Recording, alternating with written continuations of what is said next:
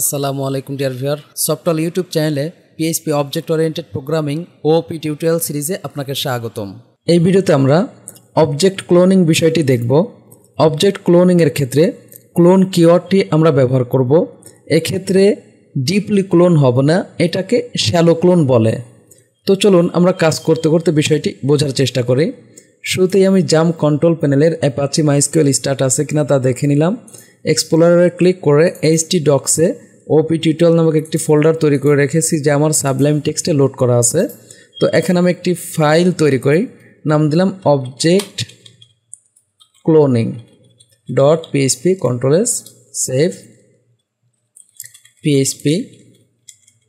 শুরুতেই আমি একটি ক্লাস তৈরি করি, ক্লাস পারসন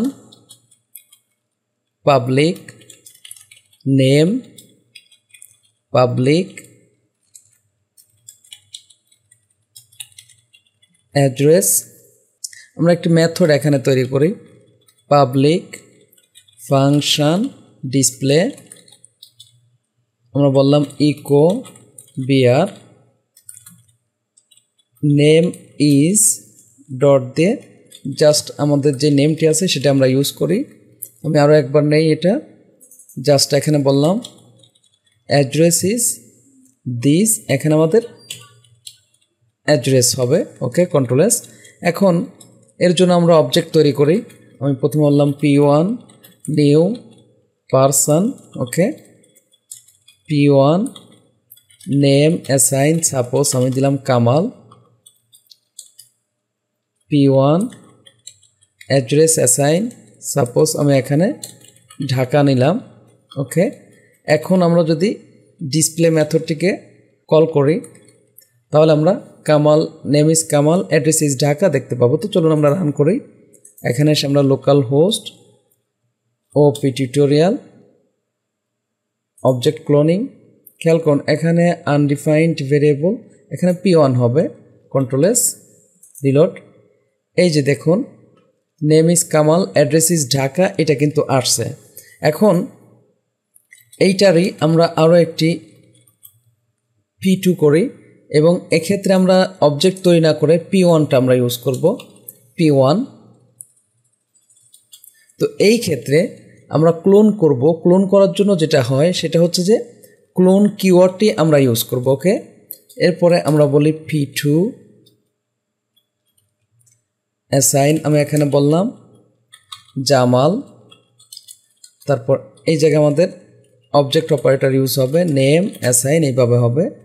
p2 আমরা অ্যাড্রেস বললাম, ধরে নিন যে এটা বললাম পাবনা। ওকে, আমরা যদি এখন p2 ডিসপ্লে করি, এই যে দেখুন আমাদের নিচে কিন্তু জামাল পাবনা আসছে। তো একইভাবে এটার ক্লোন আমি আরও একবার করি, p2 আমি বললাম ক্লোন, এটা p2 না বলে আমরা p3 বলি, পারসন 3 ক্লোন। আমরা বললাম p1। ওকে, p3 নেম অ্যাসাইন আমি বললাম রফিক। ওকে, এরপরে p3 অ্যাড্রেস অ্যাসাইন আমি বললাম সিলেট। ওকে, p3 আমরা বললাম ডিসপ্লে।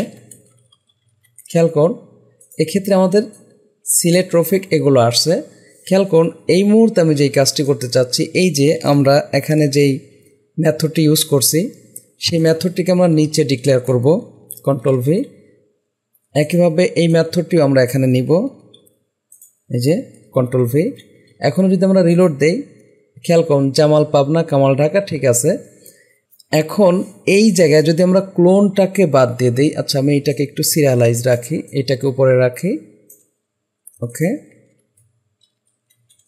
p1 p2 একারে রাখি। খেয়াল করুন আমি যদি এখন ক্লোন ইউজ না করি, খেয়াল করেন তো এক্ষেত্রে আমার তিনটার ক্ষেত্রেই আউটপুট আসবে রফিক এবং সিলেট। খেয়াল করুন আমি রিলোড দিচ্ছি, এই যে দেখুন কি আসছে রফিক সিলেট রফিক সিলেট।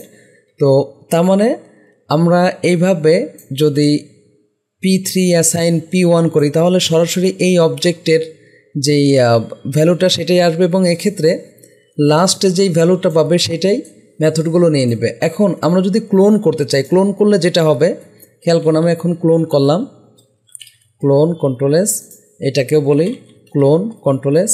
আমরা রিলোড দিই, এই যে দেখুন এক্ষেত্রে কি আসছে, কামাল ঢাকা, জামাল পাবনা, সিলেট রফিক। অর্থাৎ ক্লোনের কারণে এই যে P1 ইকুয়াল নিউ পারসন আমরা করছি, তো P2 অ্যাসাইন নিউ পারসন করলে যা হতো, P3 অ্যাসাইন নিউ পারসন করলে যা হতো, সেম কাজটা আমরা ক্লোনের মাধ্যমে করছি।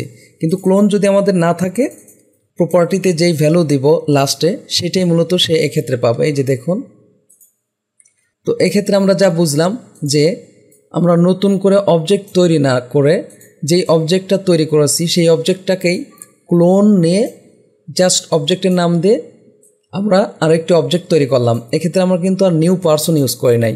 ওকে, তো আশা করি বুঝতে পারছেন যে কিভাবে অবজেক্ট ক্লোনিং বিষয়টা হয়ে থাকে। সামনের ভিডিওতে আমরা ক্লাস এবং গেট ক্লাসের ব্যবহার দেখব।